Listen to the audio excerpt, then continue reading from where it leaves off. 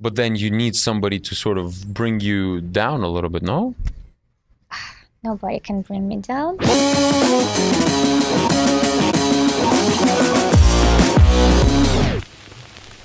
What is going on? I'm Egor Shalvarov at Independence Day Ball Dance Camp, and here with me the wonderful American smooth dancer, Miss Tatiana Seliverstova. The reason that I say that she's absolutely amazing and absolutely outrageous is because A, the most extravagant costumes belong to her.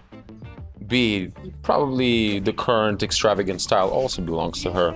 Oops. Where do you get this inspiration of moving that outrageously? I feel like I always had it in my body, but I never had a right partner who's gonna support all my crazy ideas and maybe right style to show it. For Latin was probably a little bit too much. For ballroom, definitely too much. True. And for smooth, it doesn't have any, borders, so you can go overboard. That's right. And that's what I do. Right. Where do you pull this out? Where's that coming from? It depends. Sometimes I can go see some Broadway show, get inspired. It can be lounges, it can be shows, it can be fiera, ballet, opera, festivals, and I am always looking for that for an inspiration. Yeah. And then it's almost like you take it in from all these shows and all these places, and you morph it into the ultimate American smooth Tatiana Seliverstova. Usually I admire what people do, and then I go, oh, I think I can do that too. Would that be something you will suggest to all striving and growing couples in American Smooth? I definitely suggest them to try something new.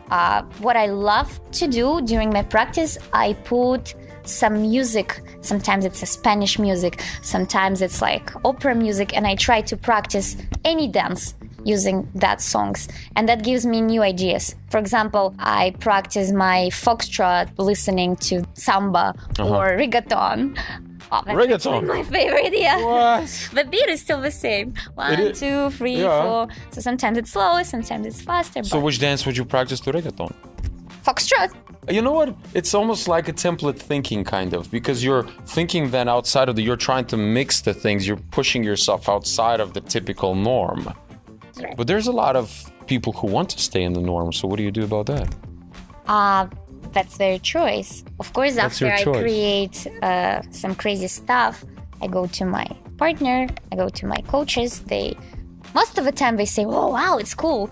So sometimes they tell me, oh, this is a little bit too much for walls. Maybe you should not do it there. But do you think that's important to have something like that? It's almost like you can go on a spree of creating stuff, but then you need somebody to sort of bring you down a little bit, no? Nobody can bring me down. Nobody's bringing you, but you know what I mean?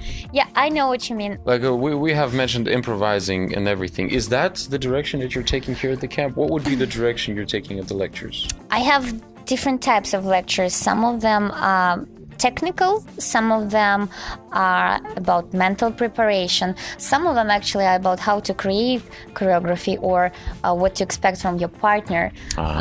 So Tatiana, thank you so very much for giving us an ability to find out what's inside. I'm Egor Shalvarov, Tatiana Seliverstova. Thank you guys for watching. See you soon.